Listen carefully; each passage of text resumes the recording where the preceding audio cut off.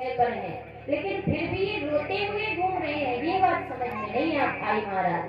भोले बाबा ने कहा अभी नहीं, शंका हो गई है, तो शंका का समाधान भी होना चाहिए कि नहीं होना चाहिए।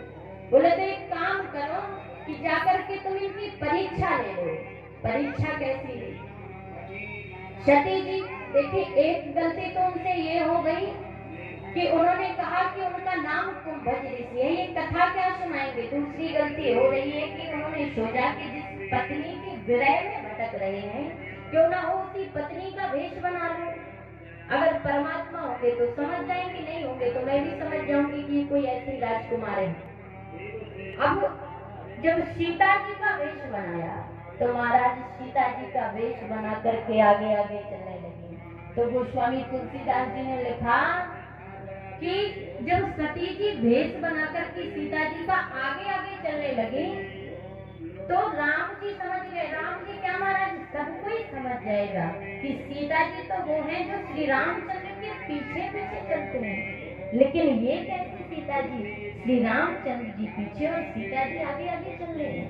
इसलिए इससे स्पष्ट नजर आता है कि ये सीता जी नहीं है। लेकिन लक्ष्मण दीखो सती कर भेषा, लक्ष्मण जी ने देखा सती जी का वेश की हमारी मर्यादा नहीं है, सीता जी का वेश बना करके। लेकिन ये बताओ, राम जी है ज्ञान तो लक्ष्मण जी है वैराग्य, और बिना वैराग्य के ज्ञान अधूरा है, ज्ञान के बिना वैराग्य अधूरा है, भक्ति के बिना ये दोनों अधूरे।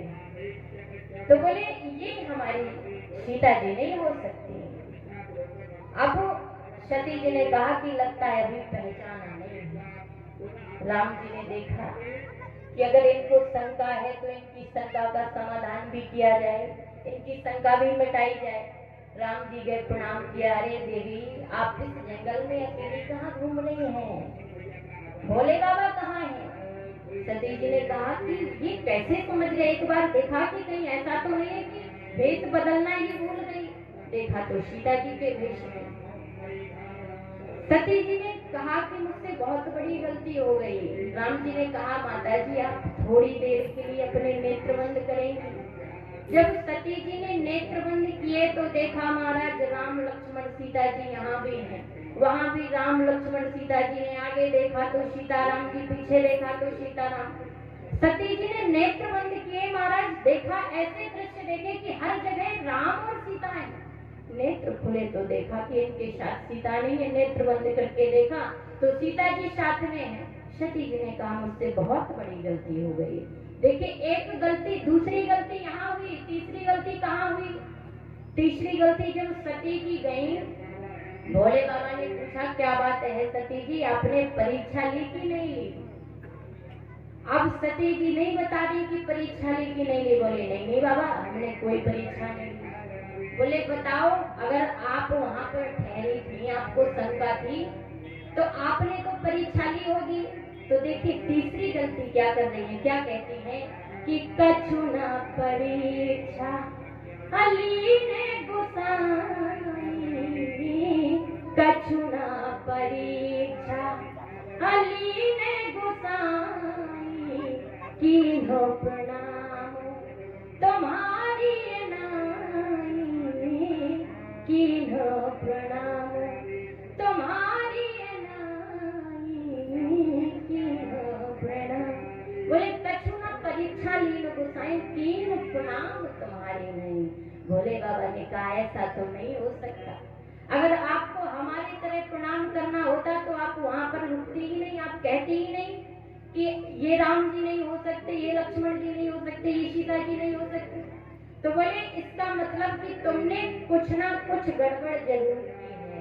नेत्र बंद करके देखा तो सती की सीता कर भेषा। नेत्र बंद करके देखे तो अरे बोले ये क्या गलती हुई? सती जी ने आज मेरे माता का वेश बनाया है।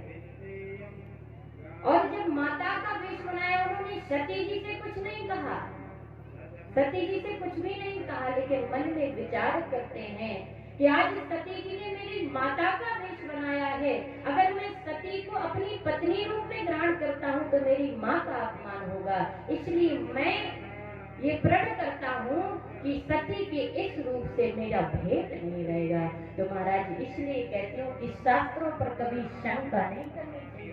अगर शंका करोगे तो सती जी की तरह हालत होगी। इसलिए शंका हो तो पूछ लो, पर इतनी बड़ी शंका मत करो कि परमात्मा के पास परीक्षा लेने के लिए चले जाओ।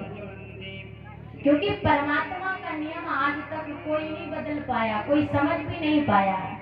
लिखने वाले ने एक गीत लिखा है और क्या कहते हैं कि सभी को पिलाए अमृत तूने, जहर भी हमको पिलाया न गया, राज कुदरत का ये पाया न गया, राज कुदरत का। वो राज कैसा है देखिए, कोयलिया काली काली फुदकती डाली डाली, वो मीठी तान सुनाती सभी के मन को भाती, वो मीठी तान सुनाती सभी के मन को भाती। लेकिन मोर का पंख दिए चमकीले, मोर का पंख दिए चमकीले, आए वो पैरों का।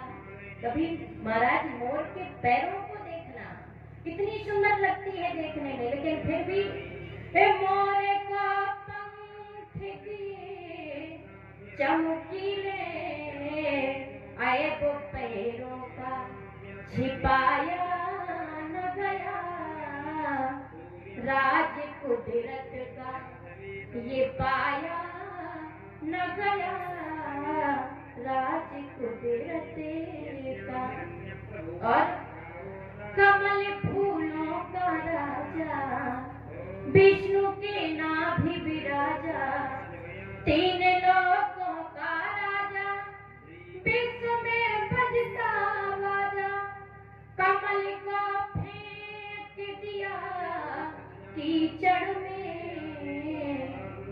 कोई भी फूल लाते हैं महाराज तोड़ के, कमल को फेंक दिया कीचड़ में, उसे डाली पर सजाया न गया, राज कुदरत का ये पाया न गया, राज कुदरत का। महाराज परमात्मा के इस राज को कोई नहीं पा सकता, कोई समझ नहीं सकता। कमल फूलों का राजा विष्णु के नाभि विराजा, तीन लोकों का राजा विश्व में बजता राजा, कमल को फेंक दिया कीचड़ में, उसे डाली पर सजाया न गया, राज कुदरत का ये पाया न गया।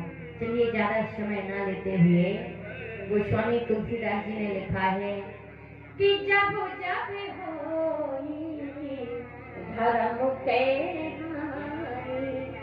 के बाढ़े असुरे अधम अभिमानी, बाढ़े असुरे अधम अभिमानी, जब जब होई धर्म के हानि बाढ़े असुरे अधम अभिमानी।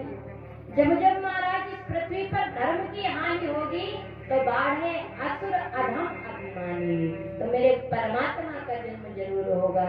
और जब जन्म होगा तो उस जन्म को सफल कौन करेगा? परमात्मा को अपने पास लाएगा कौन? महाराज संतों के बिना, गुरु के बिना ये कार्य कोई नहीं कर सकता। तो गोस्वामी तुलसीदास जी ने